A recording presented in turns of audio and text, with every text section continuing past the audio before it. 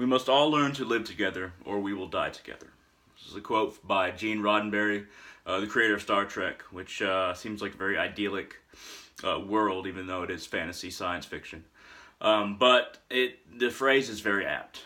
This quote is very apt. If we do not learn to accept other people, not just tolerate them, but accept other people for who they are, as long as they're not acting towards us in a violent way, then this world will know only war for the entire span of human existence, however long that might be. We are getting to a point to where we either need to decide to start living in cohabitation with each other and taking care of our planet. Otherwise, we're going to go down a road that is a slow decline into extinction for the human race. Some people want that. Some people want to be proven right in whatever religion they're in, or some people want that just because they don't like humanity. Far fewer. But whatever the reason, we have to fight what resists in us.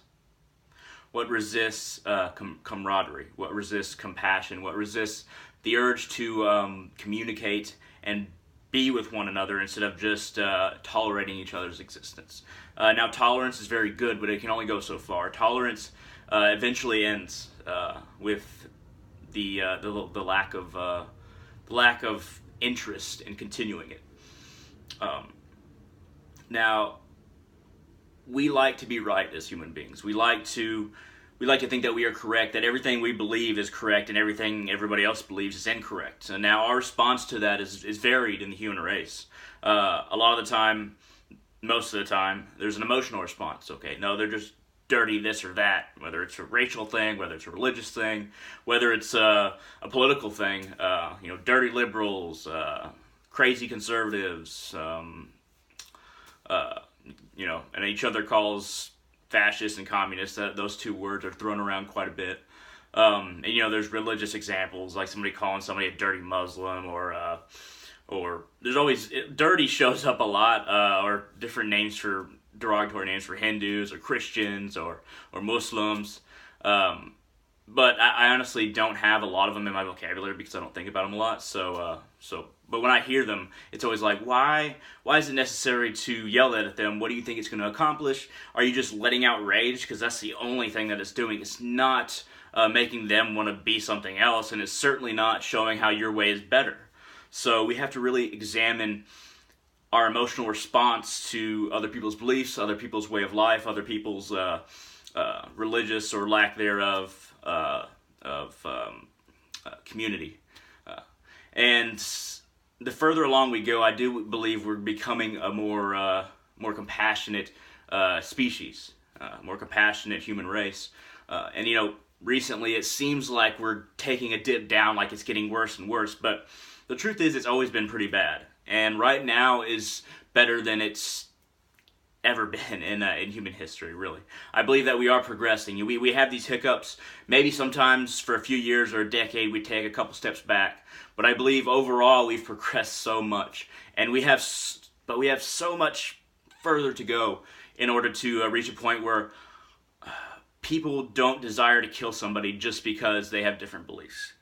And, there's multiple religious and political leaders that basically say, okay, this is how you're a good person of this religion, or this is how you're a good loyal compatriot, and you go out and kill the people that don't agree with you. You go out there and punch them, you go out there and fight them, you go out there and yell at them.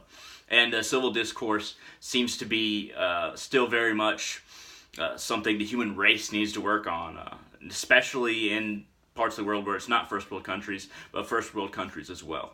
And we see so much happening even in religion. There's a lot of reconstruction of religion. There's a lot of going back to some of the people that were considered heretics. There's a lot of going back to, okay, what really happened.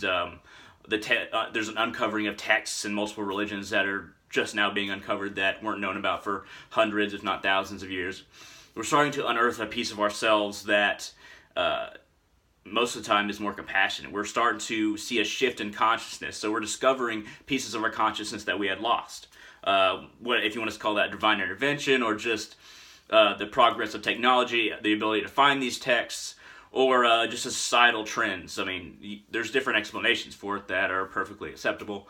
My understanding of divine intervention is much more consciousness related than most people's who use the term divine intervention, though I do believe it exists. There are cycles to human consciousness, though, and I think we have been here before, and then we kind of fail, and then we'll rise again. But I feel like it's more of a spiral up, even if it may be a diagonal spiral. This analogy is not perfect, but we're still going up, but we do go down in cycles, over hundreds and hundreds of years.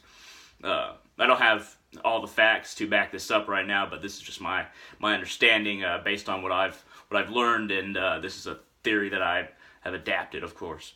But my message is basically to don't just tolerate people. Try to learn what they believe. Try to talk to them. If you don't agree with them, that's fine. Don't agree. You don't have to agree with them. But do more than tolerate. Try to accept them for who they are. Say, okay, we disagree, but we can live together, and we don't have to hate each other. Hate doesn't get anybody anywhere, and we certainly don't have to fight, because that gets the cycle of revenge rolling, and the cycle just keeps on going and going and going.